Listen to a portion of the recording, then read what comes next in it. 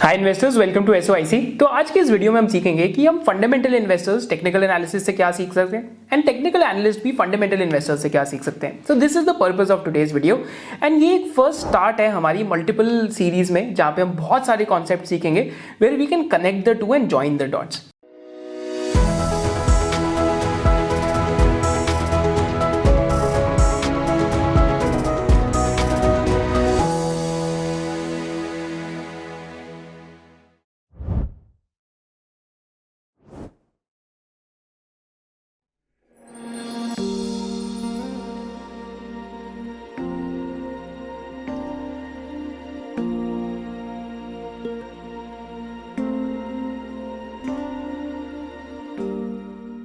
तो पर्पस क्या है कि टेक्निकल एनालिसिस का मतलब क्या है एंड फंडामेंटल एनालिसिस का क्या मतलब है।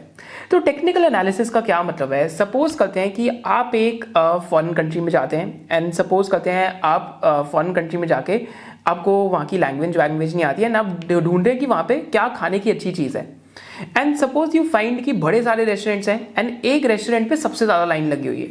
तो you are actually depending upon social proof. तो सोशल प्रूफ का क्या कॉन्सेप्ट है कि जब हम बुक्स भी देखते हैं, तो अगर आप किसी एयरपोर्ट पे रुकते हैं बुक्स खरीदने के लिए, तो एंड अगर आपको फ्लाइट में बुक पढ़नी है तो you are looking for best sellers. So best sellers is also the concept of social proof. तो technical analysis as a concept works on social proof and जितना भी टेक्निकल एनालिसिस होता है वर्ल्ड में एंड जितना भी टेक्निकल एनालिसिस का जो फंडामेंटल बेसिस या टू प्रिंसिपल्स हैं, that is purely derived out of two things. What are those two things? One is price and second is the volume. So price and volume are the derivatives of those two things. So what is price? Price is the foundational data. It is the foundational data around the whole story. And आपका volume क्या है? Volume आपका evidence है। Suppose करते हैं एक stock है and आपसे मैं क्वेश्चन पूछता हूं, जो भी ये बिगनर्स ये वीडियो देख रहे हैं, टेक्निकल एनालिसिस आपको क्या सिखाता है? स्टॉक की जो मूवमेंट है, why does the stock move? Stock moves purely because of one thing, that is demand and supply. कि अगर एक स्टॉक की डिमांड ज्यादा है उसकी सप्लाई से, then the stock will move.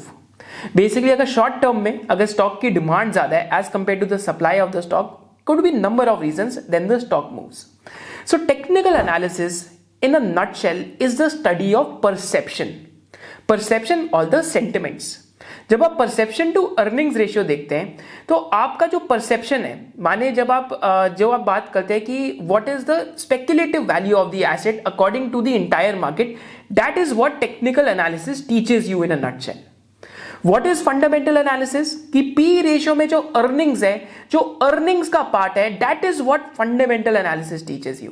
कि एक कंपनी के मार्जिन ऐसे क्यों है? अगर CCL प्रोडक्ट्स एक प्रोसेसर कंपनी और EBITDA पर टन सस्टेन करती है तो वो क्यों सस्टेन करती है, टाटा कॉफी क्यों नहीं सस्टेन कर पाती, वो आपको फंडामेंटल एनालिसिस सिखाता है कि दोनों में से सुपीरियर कंपनी कौन सी है, सुपीरियर धंधा कौन सा है। अगर पॉलीकैप की कम ग्रोथ आ रही है, KEI की ज्यादा आ रही है, तो उसका क्या रीजन है, वो आपको फंडामेंटल एनालिसिस सिखाएगा। अर्निंग्स ग्रोथ के क्या ट्रिगर है, मैनेजमेंट क्लीन है नहीं या नहीं है, that is all taught by fundamental analysis. Perception is what is taught by technical analysis. इतनी चीज को आप समझ जाओ. फिर टेक्निकल एनालिसिस में प्राइस का एक तो बहुत इंपॉर्टेंट एस्पेक्ट है कि प्राइस आपका ऊपर जा रहा है या नीचे जा रहा है. फिर volume is a very very important aspect कि हाई वॉल्यूम बाइंग है या लो वॉल्यूम बाइंग है. High volume buying indicates that institutions are coming into a particular stock, right? Because retail investors are very fragmented. Retail investors बड़े बड़े stocks को या फिर even छोटे stocks को move नहीं कर सकते. So it's generally institutions. So that is what volumes indicate, that smart money is moving into stocks. One more important concept is trend. तो ट्रेंड तीन तरीके का ही होता है. या तो साइडवेज ट्रेंड होएगा, तो साइडवेज ट्रेंड में एक टेक्निकल एनालिस्ट की आप लैंग्वेज में कह सकते हैं it's a dead stock because it's moving in a sideways trend.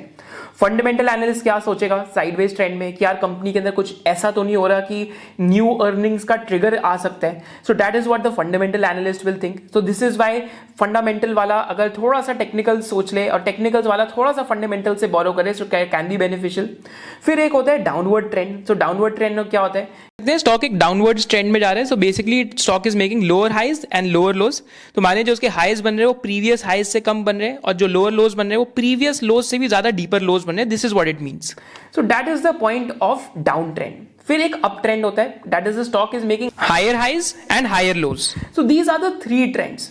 एक ट्रेंडिंग स्टॉक क्या होता है, where the stock is making basically higher highs and lower lows. So हम उसको कहते हैं कि stock is in an up trend right now. Sideways में कब है, when the stock is caught in a channel, तो वहां पे स्टॉक किसी भी जगह नहीं जा रहा होता. थर्ड एग्जाम्पल क्या है कि यहाँ पे अगर आप सिंजीन का एग्जाम्पल देखते हैं तो ये अभी साइडवेज ट्रेंड के अंदर है. अगर आप अपवर्ड ट्रेंड के अंदर इस टाइम पे एग्जाम्पल देखते हैं तो एलिकॉन इंजीनियरिंग एक अपवर्ड ट्रेंड के अंदर इस टाइम पे चल रहा है. एंड अगर आप एक डाउनवर्ड ट्रेंड के अंदर देखते हैं तो आईएक्स इस टाइम पे एक डाउनवर्ड ट्रेंड के अंदर है. Basically it is making lower highs and lower lows, माने पिछले हाई से कम हाई बन रहा है और पिछले लो से ज्यादा लो बन रहा है. So this is the aspect of technical analysis we learned about trend. Then finally the idea of trend is last idea is key of momentum, कि momentum is also a derivative of price and volume, हम उसको भी सीखेंगे. But this is the idea of technical analysis in a nutshell. तो technical analyst क्या सीख सकते हैं फंडामेंटल मतलब इन्वेस्टर्स से, और फंडामेंटल इन्वेस्टर्स क्या सीख सकते हैं टेक्निकल एनालिस्ट से. तो पहली चीज what fundamental investors can learn from technicals is that they can learn stock filtration from technicals. So I will tell you that I been using technical analysis for stock filtration and it has been of a great help.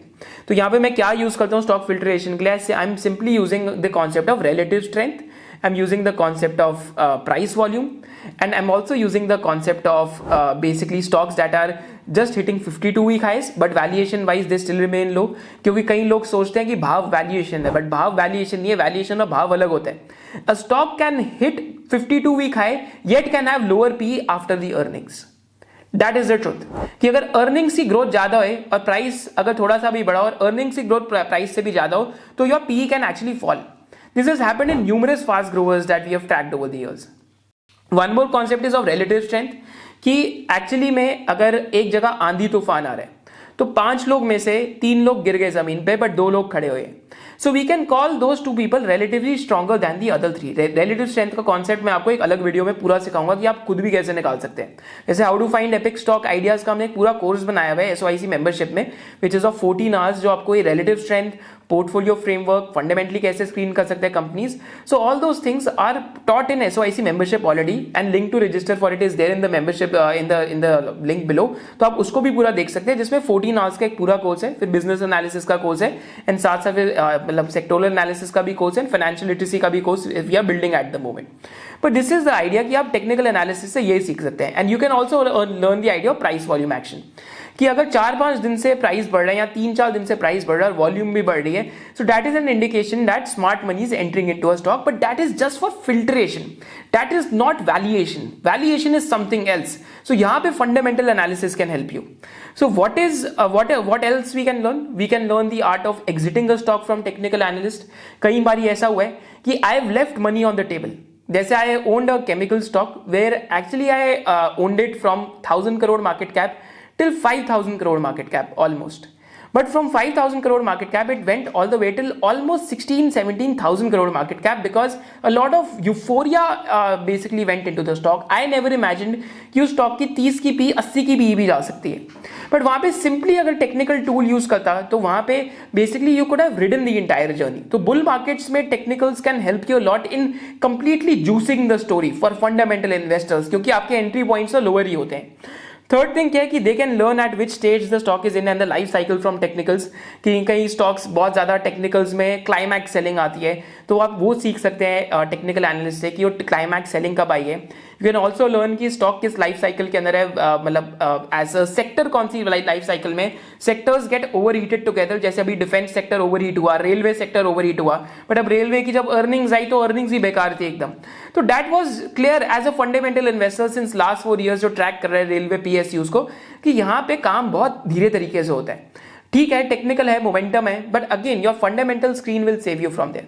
But जहां कुछ genuine लगता है कि relative strength में जैसे banks आ रहे थे तो बैंक्स में आप ऑलरेडी पिछले 18 महीने से पोजीशनड है तो आप और वेल पोजीशनड थे to pick even more banks कि कौन से बैंक्स में और ज्यादा चीपनेस है. So we did this as well personally. So again that is the idea कि आप फंडामेंटल्स और टेक्निकल्स को मिक्स कर रहे हैं. So now what technical analysts can learn from fundamental investors? Simple thing, conviction to allocate more. मेरी कई technical analyst से बात होती है बट कई के पास 80 स्टॉक है, किसी के पास 60 स्टॉक है और फिर वो बहुत जल्दी स्टॉप लॉस हिट होते रहते हैं उनके. It's a process. I am not against anyone. See do not assume कि मैं आपके आर्ट के अगेंस्ट हूं. आई एम जस्ट सेइंग कि आप दोनों आर्ट में से कुछ ना कुछ सीख सकते हैं. अब फंडामेंटल्स में सिंपली से आप अगर ट्रेडिंग भी करें टेक्निकल्स में, तो आप सिंपली ये भी देख सकते हैं कि आप इतना भी सीख लेंगे ना कि कंपनी का रिजल्ट कैसे कैलकुलेट होता है या एक रिजल्ट का एनालिसिस कैसे होता है, तो दैट कैन हेल्प यू कि रिजल्ट के डेट के पास है या नहीं है। Similarly you can also find out कि क्या कंपनी के जो कमोडिटी के प्राइसेस हैं उस टाइम पे बढ़ रहे हैं या घट रहे हैं। All these things are part of fundamental analysis. कि आपने शुरू में हमने बात करी कि रेस्टोरेंट्स में से कौन सा रेस्टोरेंट सबसे ज्यादा अच्छा है, बट अब आप क्या कर रहे हैं कि आप एक्चुअली में जाके फंडामेंटली रेस्टोरेंट के रिव्यूज पढ़ रहे हैं जोमेटो या स्विगी के ऊपर, एंड आप देख रहे हैं कि कौन सी डिश कितने की है, वहां पे कौन सा कुजीन है, एंड यूर चेकिंग, आप कंपेयर कर रहे हैं कि कौन से दो रेस्टोरेंट में कौन सा ज्यादा पॉकेट फ्रेंडली है, कौन से ज्यादा टेस्टी है। So you are doing all the P2P analysis as well. That is what is fundamental analysis. And fundamental analysis से आप और क्या सीख सकते हैं टेक्निकल एनालिसिस में, that you can learn the story part of business and you can also learn the idea of allocations. कि आप allocations you can allocate higher in a business. जैसे suppose as an idea like for us as well, like we own a particular stock जहां पे 25% के आसपास allocation रहेगी particular stock में। That is why because we have done all the fundamental deep dive into the company. तो कुछ stocks में जहां पे आपकी हायर एलोकेशन है, you can actually do this, right? So over there, what makes the chart is buyers and sellers, and actually what do buyers and sellers determine? What is the quality of the business? If you go to the first principle, so everything is the quality of the business and actually the growth of the business. And secondly, the secondary things that matter is interest rate क्या है world के अंदर, फिर क्या buyers interested है या sellers नहीं है, but अगर आपकी business quality सही है तो eventually the buyers will come. So this is why there is a saying that the market in the short run is like a voting machine, but in the long run is like a weighing machine. So that is also saying. But Mark Minervini, who is again one of the practitioners of technical analysis and is also a master trader, he says that the idea is to buy high and sell higher. So again, these are two dichotomies of the world. तो हम इन दोनों से सीख सकते हैं, हमें दोनों को गाली देने का कोई यहाँ पे पर्पज नहीं है। अगेन एस्पेक्ट क्या है कि शेडी और डिसऑनेस्ट मैनेजमेंट्स को अगर आप फंडामेंटली आप अपनी स्क्रीन भी लगाते हैं कि यार ये 8-9 स्क्रीन है, इस क्राइटेरिया वाला मेरे को स्टॉक नहीं चाहिए, so that can help you a lot as a technical analyst कि आप शेडी या फिर किसी ऐसे मैनेजमेंट साथ नहीं जुड़ रहे जहां पे आपको पता है कि यार यहाँ पे कुछ प्रॉब्लम्स हो सकती हैं। So these are some of the tools that a technical analyst can also learn from fundamental analyst, कि एक वैल्यूएशन का भी स्पेशली है, और फंडामेंटल एनालिस्ट टेक्निकल से ये लर्न कर सकते हैं filtration, art of exit and art of riding the wave. इसके बाद हम यहाँ पे बात करते हैं सबसे पहली चीज स्टेज एनालिसिस की, कि स्टेज एनालिसिस क्या है। तो स्टेज एनालिसिस का सिंपली मीनिंग क्या है, that there are 4 stages in a stock and this is given by mister Stan Weinstein in his book profiting from bull and bear markets, जिसमें इन्होंने ये सिखाया है पूरा कि how to find combined strength in the market, कि कौन से ग्रुप्स अच्छा कर रहे हैं इस टाइम पे, how to actually ride the wave and how to exit dispassionately at the right time। क्योंकि P रेशियो आपको कभी कभी सही इंडिकेटर नहीं देगी। आई थिंक P रेशियो भी a lot of people do not understand as well। तो हमने आपके लिए कमेंट डिस्क्रिप्शन बॉक्स में एक P रेशियो का भी हमने एक थ्रेड बनाया था ट्विटर पे जो आपके लिए डाला है, बट P रेशियो का आई बिलीव कि एक better description can be given to a lot of people, कि P रेशियो डजंट मीन कि आप एक प्राइस टू अर्निंग्स करके आप एक सस्ती वाली कंपनी ले लोगे। सस्ती कंपनी कभी कभी सस्ती फॉर अ रीजन होती है। न्यूज़पेपर कंपनी आज से 4 साल पहले 8 की पी पे थी, आज भी 8 की पी पे है, पर उसका 100 करोड़ का जो अर्निंग था जो 45 करोड़ का रह गया, तो 55% स्टॉक तो अर्निंग्स की वजह से डाउन है।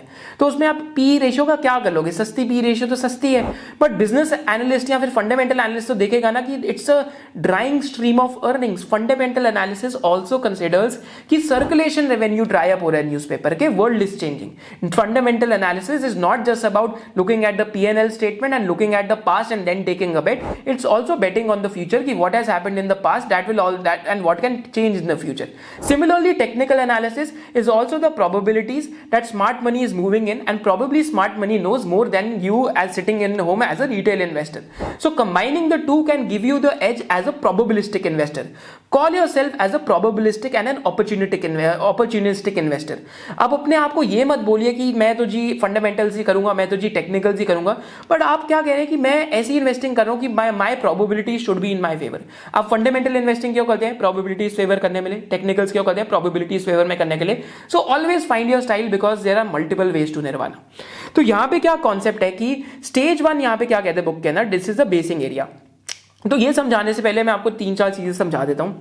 सो according to Stan Weinstein's book, एक तो स्टॉक के हम देखें कि क्या 3 ट्रेंड्स होते हैं, फिर एक स्टॉक में एक बेस बनता है। बेस क्या होता है कि जब एक स्टॉक बहुत समय के लिए एक ही चैनल में घूमते रहे, जैसे 100 to 130, फिर बैक फ्रॉम 130 to 100, फिर 100 to 130, फिर बैक फ्रॉम 130 to 100।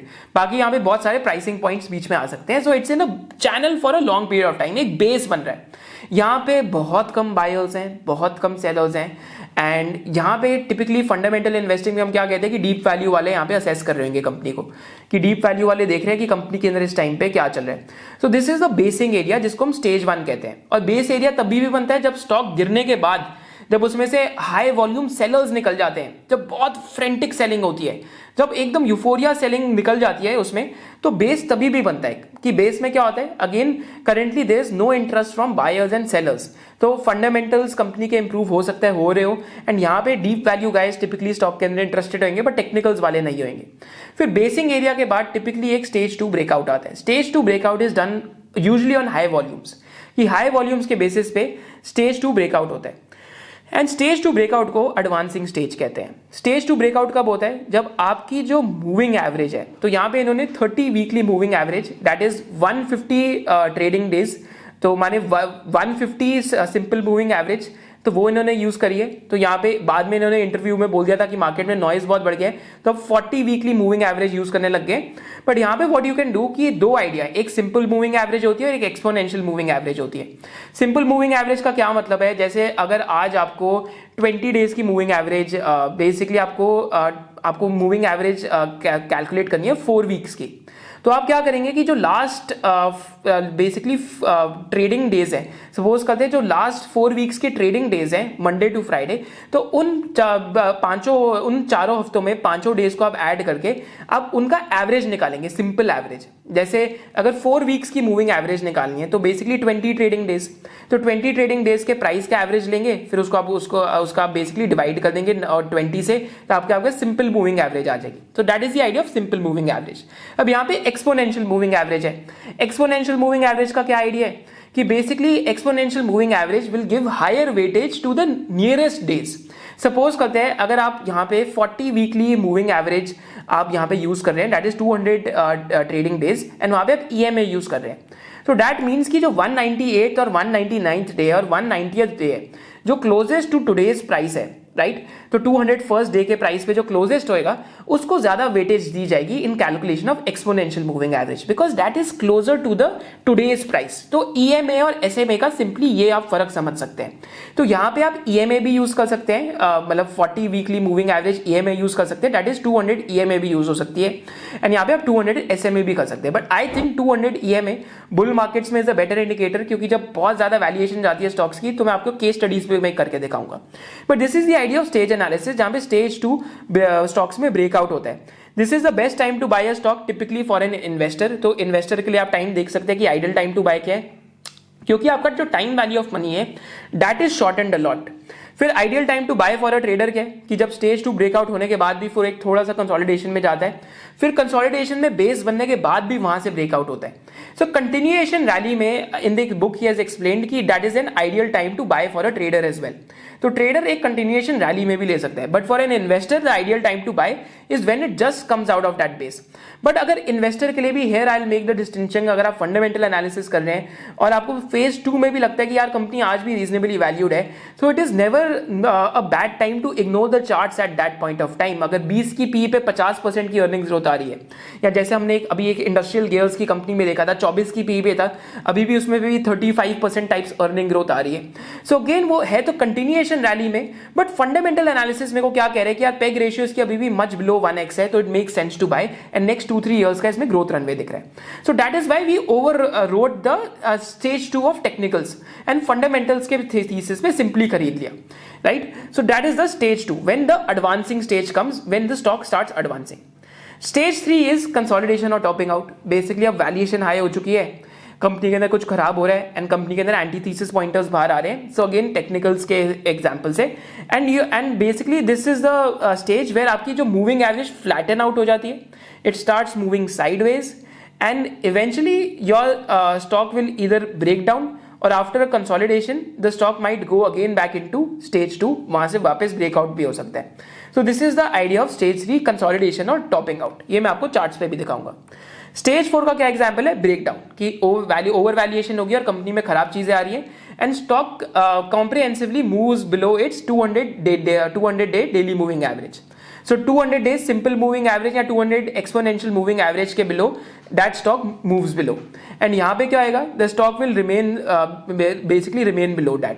And यहाँ पे क्या है कि in the book he is explained कि never ever buy a stock in this scenario because यहाँ पे बहुत सारे लोग wealth lose करते हैं. एंड यहाँ पे क्या प्रॉब्लम है कि यहाँ पे क्योंकि फंडामेंटली वैल्यूएशन की जो फ्रॉथ होती है वो सारी फ्रॉथ निकल रही होती है. तो एक्चुअली में if you go and by eight that point of time so it is very very painful for you. तो यहाँ पे अभी तक तो हमने इसका पूरा कॉन्सेप्ट सीखा. अब हम इसको केस स्टडीज में अप्लाई करते हैं. किस कंपनीज की केस स्टडीज में अप्लाई करेंगे? एक टाटा एलेक्सी में अप्लाई करेंगे, एक आईएक्स में अप्लाई करेंगे, एक सीक्वेंट साइंटिफिक में अप्लाई करेंगे, एक नियोजन केमिकल्स में अप्लाई करेंगे. एंड साथ साथ एक ये जो केस स्टडी हम और भी सारी कंपनीज में देखेंगे. बट इनमें से जैसे मैं 3 कंपनीज ओन करता था, जैसे अभी नहीं करता, तो standard disclaimer, IEX we rode the journey but हमारा रीजन फॉर सेलिंग फंडामेंटल था. जो एक और एक company we used to own was by the name of Neogen Chemicals. तो इसका भी हमने बहुत टाइम पहले एक वेबिनार करा था जहाँ पे पूरा थीसिस और पूरा सारे लोगों को समझाया था कि आप बिजनेस को ऐसे पढ़ते हैं, आपको बिजनेस को ऐसे समझना चाहिए. सो अगेन यहाँ पे 110 की भी चली गई थी. तो फंडामेंटल रीजंस फॉर सेलिंग भी समझाऊंगा क्या थे, एंड टेक्निकल्स तो बाद में लगने चालू हुए.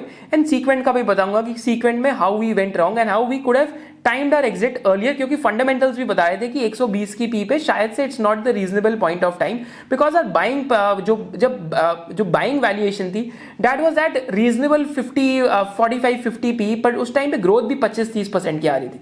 सो पेग रेशियो के हिसाब से उतना ज्यादा ओवर एक्सटेंडेड भी नहीं था. And when the reversal happens so you have to also be careful कि जब ओवर एक्सटेंड हो जाए वैल्यूएशन तो फ्रॉड भी जब निकलता है और फंडामेंटल्स भी जब वीक होते हैं, सो that is the point of time कि fundamentals are डिटोरियोरेटिंग.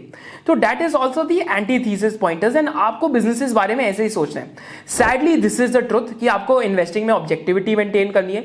Out of like 3 businesses, I think in one business तो ऑलमोस्ट 1 बैगर था, दूसरे बिजनेस में ऑलमोस्ट 1.3 बैगर था.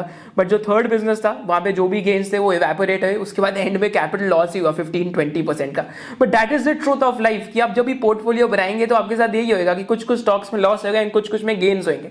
But how to learn and improve from that is the real winning in investing. तो यहां पे हम सिंपली आके कुछ ट्रेडिंग व्यू नाम की मैं एक वेबसाइट यूज करूंगा एंड वहां से हम स्टेज एनालिसिस को सिंपली लगा के देंगे. एंड फाइनली मैं आपको जो नेक्स्ट सेट ऑफ वीडियोस होंगे उसमें रिलेटिव स्ट्रेंथ सिखाऊंगा. एंड कैंडल स्टिक्स हमें सीखने की जरूरत नहीं है क्योंकि यहाँ पे मैं आपको जो बार चार्ट है वो सिखाने वाला हूं. So now let's go to trading view. तो यहाँ पे हम एक टूल यूज करेंगे by the name of trading view. And trading view पे हम क्या सीखेंगे कि स्टेज एनालिसिस को आप भी कैसे यूज कर सकते हैं. तो सिंपली यहाँ ट्रेडिंग व्यू में आप देखेंगे तो यहाँ पे वीकली चार्ट्स हम यूज कर रहे हैं. तो वीकली चार्ट्स यूज कर रहे हैं, डेली या मंथली नहीं कर रहे. तो वीकली चार्ट्स है, बुक में भी एक्सप्लेन है, वीकली चार्ट्स यूज कर रहे हैं. देन इंडिकेटर्स में हम 40 वीकली मूविंग एवरेज यूज करेंगे. तो यहाँ 40 वीकली मूविंग एवरेज सिंपल भी यूज कर सकते हैं, एक्सपोनेंशियल भी कर सकते हैं. Exponential for the basic nearest prices and simple भी यूज कर सकते हैं यहाँ पे. And what else we are doing at the moment इसकी हम बार चार्ट्स यूज कर रहे हैं इंस्टेड ऑफ कैंडल स्टिक्स. तो कैंडल्स की जगह हम बार क्यों यूज कर रहे हैं? बिकॉज कैंडल्स अगर आप कुछ देखेंगे तो कोई ना कोई पैटर्न आ जाएगा, कप एंड हैंडल पैटर्न आ जाएगा, फिर आपका ट्रिपल टॉप पैटर्न, या तो कोई ना कोई आपके सामने पैटर्न आपके सामने आता ही रहेगा. सो that is one thing. But basically bars इसलिए यूज कर रहे हैं because bars give you a simple indication of the trends and it also simply if combined with the trend lines और द मूविंग एवरेजेस. अगर आप trend line खुद भी draw कर सकते हैं तो दैट इज वेरी गुड. फिर अगर आप मूविंग एवरेजेस के साथ कंबाइन करें बार चार्ट्स को तो it keeps your life simple basically. इससे ज्यादा सीखने की जरूरत नहीं है फंडामेंटल वाले को वैसे. तो यहाँ पे हम देखते हैं पहला चार्ट जो आपके सामने मैं आपको दिखाता हूं. पहले हम यहाँ पे चार्ट देखते हैं आईएक्स का.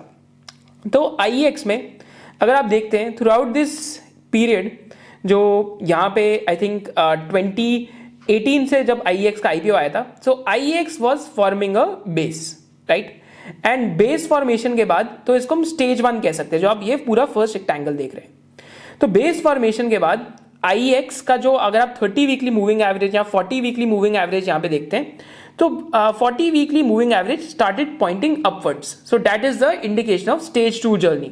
तो यहां से आईएक्स की स्टेज 2 जर्नी एग्जैक्टली यहां 70 या 74 रुपीज के आसपास स्टार्ट हो गई थी. तो there was a base breakout, माने जो अपवर्ड रेजिस्टेंस थी आईएक्स ने उसको भी ब्रेकआउट करा यहाँ पे. तो यहाँ पे आईएक्स की जो अपवर्ड जर्नी थी दैट रिज्यूम्ड. तो तो यहाँ से IEX की अपवर्ड जर्नी स्टार्ट हुई। एंड यहाँ पे IEX की वैल्यूएशन बहुत रीजनेबल थी। फंडामेंटल ट्रिगर्स क्या थे कि पावर के प्राइसेस बहुत ज़्यादा सस्ते हो गए थे, तो जो लॉन्ग टर्म आप कॉन्ट्रैक्ट्स कर नहीं रहे थे, तो you were actually doing more and more trades on the short term energy exchange market and IEX was gaining market share. So जो स्टेज टू मार्कअप था, पूरा का पूरा जो ये फेज था आपका, this was the point of time of stage two markup. So this is the trend. यहाँ पे हम देख सकते हैं जब ट्रेंड चेंज होता है तो stock goes into higher highs and higher lows. So higher highs and higher lows is a bullish up trend which indicates कि स्टॉक एक बुलिश साइन कर रहा है। तो यहाँ पे हम जूम इन करके देख सकते हैं कहाँ पे हायर हाइज और हायर लोज बन रहे हैं। फिर साथ साथ अगर आप जूम इन करके देखेंगे तो बेस का भी आप ब्रेकआउट चेक कर सकते हैं कि बेस ब्रेकआउट के बाद stock enters into an up trend जहाँ पे वो higher highs and it is forming higher lows. So this is a classic upward trend जो बेसिकली टेक्निकल एनालिस्ट कहते हैं higher highs and higher lows. So as a retail investor, यहाँ पे as an investor I think this was the point of time जो book के according, हमारे according नहीं, book के अकॉर्डिंग, डीप वैल्यू वाला पहले ही ले लेता, बुक के अकॉर्डिंग अब यहाँ पे one could have entered as an investor that is around 80 rupees and पूरा जो जर्नी है that could have been ridden somewhere close to I think close to 323 rupees के आसपास। अब इसके बाद क्या हुआ IEX की जर्नी में कि अब अगर आप यहाँ देखते हैं तो यहाँ पे कॉम्प्रिहेंसिवली द प्राइस यहाँ पे मूविंग एवरेज पहले फ्लैटन आउट होनी स्टार्ट हुई धीरे धीरे करके and all of a sudden the price fail below the moving average. तो यहाँ पे स्टेज 3 के लिए ज्यादा टाइम नहीं मिला, सीधा स्टेज 4 ही आ गया यहाँ पे। तो टॉपिंग आउट पैटर्न, तो जो क्लाइमैक्स बाइंग पैटर्न था वो यहाँ पे था, बट क्योंकि यहाँ पे price went below the 40 weekly moving average, तो this was the point of time an investor could have been out of the stock. अब यहाँ पे फंडामेंटल थीसिस या फंडामेंटल ट्रिगर्स क्या थे? पहली चीज, अर्निंग्स ग्रोथ बहुत स्ट्रांग है कंपनी के अंदर। दूसरी चीज, markup stage almost from 80 rupees till almost 290 rupees. ठीक है, आप 290 पे नहीं निकले उस टाइम पे, just to give you an idea. तो जैसे ही स्टेज फॉर ब्रेकडाउन में आते हैं 220 के आसपास, अगर आप वहां से तब निकल रहे हैं, सो अगेन 290 पे अगर आप रिवर्स DCF करते हैं, अगर आप तिजोरी फाइनेंस यूज करके रिवर्स DCF करते हैं, so purpose of these stocks to explain you is कि वैसे भी आप 100 की पी पे तो होल्ड करने नहीं वाले एनर्जी एक्सचेंज को, राइट? तो just to give you an idea, ये केस स्टडी है, ये आपके लिए कोई भी रिकमेंडेशन नहीं, सारी केस स्टडीज आई। सो बेसिकली वहां पे 100 की पी पे it was baking in for 35-40% growth for the next decade, जो आना बहुत मुश्किल था क्योंकि लास्ट डेकेड की ग्रोथ 15% के आसपास थी, 15-20% के आसपास। सो एक्सपेक्टेशन से प्राइस काफी ऊपर चला गया था। तो वैल्यूएशन को भी करेक्ट होने के बहाने चाहिए होते हैं। तो अब बिजनेस के पॉइंट ऑफ व्यू से क्या चेंज हुआ? पावर के प्राइसेस बहुत बढ़ गए, शॉर्ट टर्म एनर्जी एक्सचेंज की जो basically short term power trading market पे जो ट्रेड ऑफ बेसिकली पावर था वो घट गया एंड इनकी वॉल्यूम ग्रोथ कम होने लग गई। एंड जैसी ट्रेंड वीक होने लग गया, you can see the price went below the 40 weekly moving average. जैसे आप यहाँ पे देख सकते हैं कि prices going below 40 weekly moving average. तो currently IEX prices forming lower highs and lower lows. जैसा कि आप यहाँ पे कॉम्प्रिहेंसिवली देख सकते हैं, it has went below 40 weekly moving average की 40 WMA के बिलो चला गया। So this is the point of time, यहाँ पे वैल्यूएशन फ्रॉथ निकलेगी, सारी की सारी फ्रॉथ निकलेगी। तो यहाँ पे अगर आप बैंक ऑफ थ्योरी देखते हैं, सो यहाँ पे अभी डिस्ट्रीब्यूशन हो रहा है। तो बेसिकली पहले अक्यूमुलेशन का टाइम था, फिर मार्कअप का टाइम था, फिर अभी डिस्ट्रीब्यूशन का टाइम है कि यहाँ पे पहले तो स्मार्ट मनी तो बेच के निकल गई, जो यहाँ पे हाई वॉल्यूम बार्स देख रहे हैं स्मार्ट मनी बेच के निकल गई। तो अब यहाँ पे जो भी फ्रस्ट्रेटेड रिटेल इन्वेस्टर्स हैं या जो भी इंस्टीट्यूशंस हैं, तो अभी डिस्ट्रीब्यूशन चल रहा है IEX के अंदर।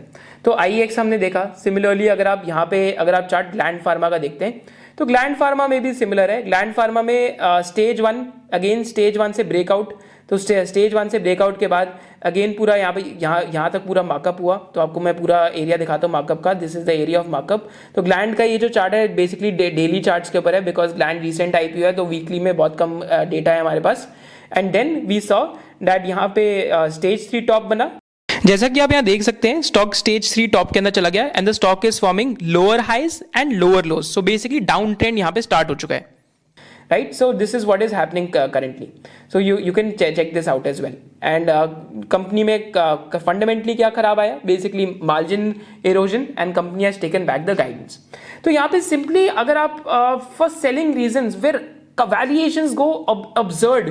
अगर आप थोड़ा सा भी टेक्निकल्स मिक्स कर लेंगे ना, अगर आप ये simple 200 day daily moving average या 40 वीकली मूविंग एवरेज को मिक्स कर लेंगे, जहां पे वैल्यूएशन अब्सर्ड है और आपको पता है कि अब्सर्ड और मैं राइट कर रहा हूं उसको, एंड वहां पे जब वो कॉम्प्रिहेंसिवली ब्रेक डाउन कर जाए, if you can just mix this with your fundamental framework. क्योंकि देखो रिवर्स डीसीएफ तो तिजोरी फाइनेंस के मैंने आपके लिए टाटा एलेक्सी का करा था, टॉप 10 ओवर वैल्यूड स्टॉक का करा था, वो आपके लिए इनफ है, वो मैं कमेंट सेक्शन में भी पिन कर रहा हूं। बट अगर टेक्निकल्स में अगर आप इसको मिक्स कर लेंगे ना, तो आपकी आर्सनल दिमाग की बहुत ज्यादा बढ़ जाएगी for exiting specially and for riding the stock, कि कब वो स्टॉक में स्टेज 2 ब्रेकआउट आया। सिमिलरली इस टाइम पे अगर मैं आपको एक स्टॉक का एग्जांपल दूं जिसके अंदर कंटिन्यूएशन रैली हुई है, राइट, अगर एक इस टाइम पे अगर हमें एक स्टॉक का एग्जांपल है जिसके अंदर कंटिन्यूएशन रैली चल रही है, that is by the name of Elecon engineering. तो एलिकॉन इंजीनियरिंग का एग्जांपल देखते हैं।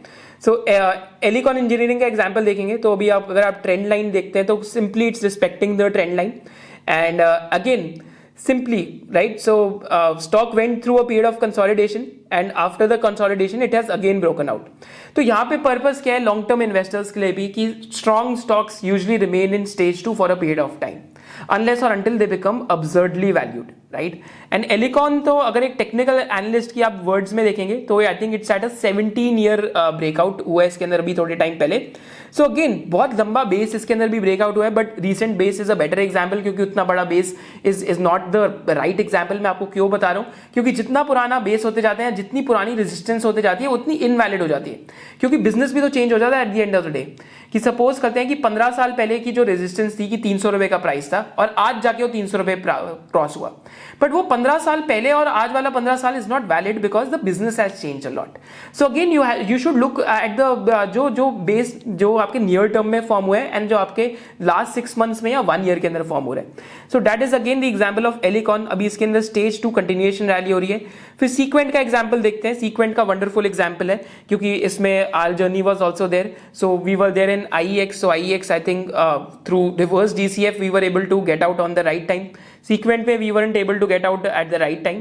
तो यहाँ पे बेस फॉर्मेशन थी कि पहले तो कंपनी में पूरे आपकी कंपनी के कोई भी सेलर और बायर नहीं था इंटरेस्टेड इसमें।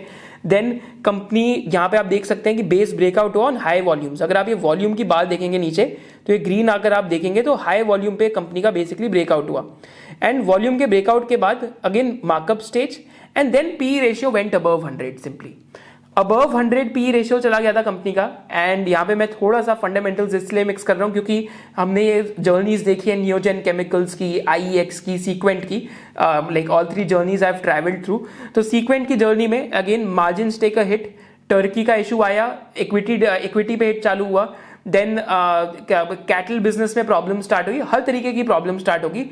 MD जो यहाँ पे बिजनेस का था ही resigned, and then all hells break loose with the margins, and finally the price comprehensively went below the 40 weekly moving average. And कब ये price went below? Almost close to 240 या 245 rupees. So this was the point of time जब इस stock के अंदर आपका जो stage 4 breakdown है वो स्टार्ट हो गया था। यहाँ पे मूविंग एवरेज फ्लैटन आउट हुई और अभी भी it is below 40 weekly moving average, and अभी तक सीक्वेंट में I think it is trying to find a base. But base कब बनता है? जब वापस जाके आपकी मूविंग एवरेज स्टेबलाइज हो जाएगी, when the price will stabilize. So always even if you're bottom fishing, let it form a base first. So that is also one of the sayings कि जब स्टॉक बहुत तेजी से गिरे तो let it form a base first. So यहाँ पे अगर आप देखेंगे तो जब बेस ब्रेकआउट होता है तो it is one of the most powerful things to look out for. Finally अगर टाटा एलेक्सी का एग्जाम्पल देखते हैं तो Tata Elxsi also had a very long base. तो टाटा एलेक्सी के केस में भी आप देखेंगे तो यहाँ पे आपको मैं सिंपली बताता हूँ कि टाटा एलेक्सी के केस में just to showcase it to you, तो just to give you an example over here कि टाटा एलेक्सी में कि काफ़ी लंबा बेस था टाटा एलेक्सी में, and it comprehensively cross that base. Just look at the volumes when basically that base was crossed. मोटा मोटा अगर आप पूरा देखते हैं तो just look at the volumes as well, जब ये पूरा बेस क्रॉस हुआ था। ज़्यादा नियर टर्म कई लोग लेंगे अगर यहाँ पे, तो यहाँ पे बेस और भी छोटे तरीके से क्रॉस होएगा। तो यहाँ पे आप देख सकते हैं कि यहाँ पे stock could have entered stage 1, but अगर पुरानी रेजिस्टेंस को देखेंगे कब क्रॉस हुई तो उसके बाद just look at the volumes eight this point of time. I think move straight away came from 1600 all the way till 9600। But अगर आप यहाँ से देखते हैं, अगर आप उससे भी पास्ट को भूल जाते, इग्नोर करते, तो then again from here again at this point of time your stage 2 journey started because 30 weekly moving average pointed upwards. So from almost 1100 or 1000 rupees journey till almost 9200. But now again the price has went below 40 weekly moving average. तो Tata Alexei पे मैंने यहाँ पे video भी बनाई थी 9200 पे कि reverse GCF says it's really expensive eight the moment, तो आप वो डिस्क्रिप्शन बॉक्स में देख भी सकते हैं। तो ये सारी प्रोबेबिलिटीज हैं बस बताने के लिए कि क्या अंडर वैल्यूड है, ओवर वैल्यूड है। एंड टेक्निकल एनालिसिस भी एक टूल ऑफ प्रोबेबिलिटी है। So this was the stage analysis that we learned today, and in conclusion मैं ये बताना चाहूंगा कि हमने स्टेज 1 में सीखा कि स्टेज 1 कब होता है, जब प्राइस गिरने के बाद स्टेबलाइज होने लग जाए और उसकी जो 40 वीकली मूविंग एवरेज है तो वो भी उसके आसपास ही घूमे, तो स्टेबलाइज हो चुका है। वहां पे बायर्स और सेलर्स उस टाइम पे उसका एनालिसिस कर रहे हैं। इस टाइम पे कोई ज्यादा वॉल्यूम्स नहीं है वहां पे, तो एक चैनल के अंदर घूम रहा है, यहाँ तो उसके आसपास ही घूम रहा है जो 40 वीकली मूविंग एवरेज के पास है। तो इट इज बेसिकली उसके आसपास ही चल रही है प्राइस के। ब्रेकआउट कब आता है, बेस ब्रेकआउट, कि जब हाई प्राइस वॉल्यूम एक्शन पे या बिना प्राइस वॉल्यूम एक्शन के बार बार, but high volumes are required because volumes are the weight of the evidence कि म्यूचुअल फंड्स और smart money is moving into the company और अल्ट्रा एचएनआईज और someone is moving into the company, तो शायद से they have higher access to information and then the stock breaks out. Then stage 3 top आता है जब moving average flatten out हो जाती है, तो यहाँ तो उसके बाद वापस एक स्टॉक में ब्रेकआउट आ सकता है, so that can also happen. All the stock can also consolidate there for a period of time. तो स्टेज 3 से भी स्टॉक एक स्टेज 1 के अंदर लंबे समय के लिए जा सकता है, right. So that can also possibly happen कि स्टॉक स्टार्ट्स कंसोलिडेटिंग। देन उसके बाद एक स्टेज 4 ब्रेक डाउन आता है जब ओवर वैल्यूएशन के बाद कंपनी के खराब रिजल्ट आने चालू है, तो कंपनी के अंदर डिस्ट्रीब्यूशन आना चालू हो जाता है। स्टेज 3 और stage 4 is the distribution phase.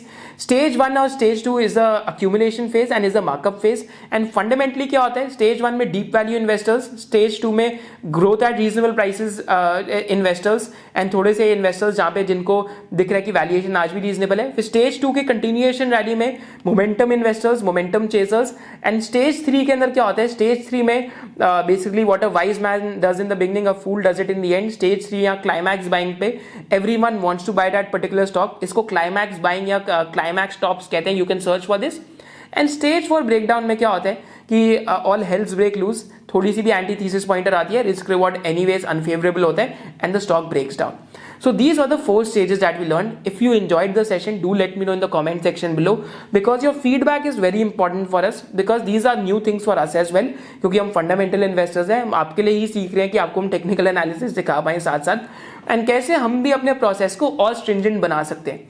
क्योंकि लास्ट 2-3 years में we have had fair share of winners and few losers as well, but जो फेयर शेयर ऑफ विनर्स हैं they've more than taken care of the basically overall PF. But at the end of the day अगर हम अपने process को और stringent कर सकते हैं तो हमें और स्ट्रिंजेंट करना चाहिए। तो बाकी ये टेक्निकल एनालिसिस की वीडियो में अब हम इसके बाद सीखेंगे कि how to filter stocks. Stage analysis तो हमने सीख लिया। Thank you so much for joining SOIC। If you enjoyed the video, do let us know in the comment section below. जय हिंद।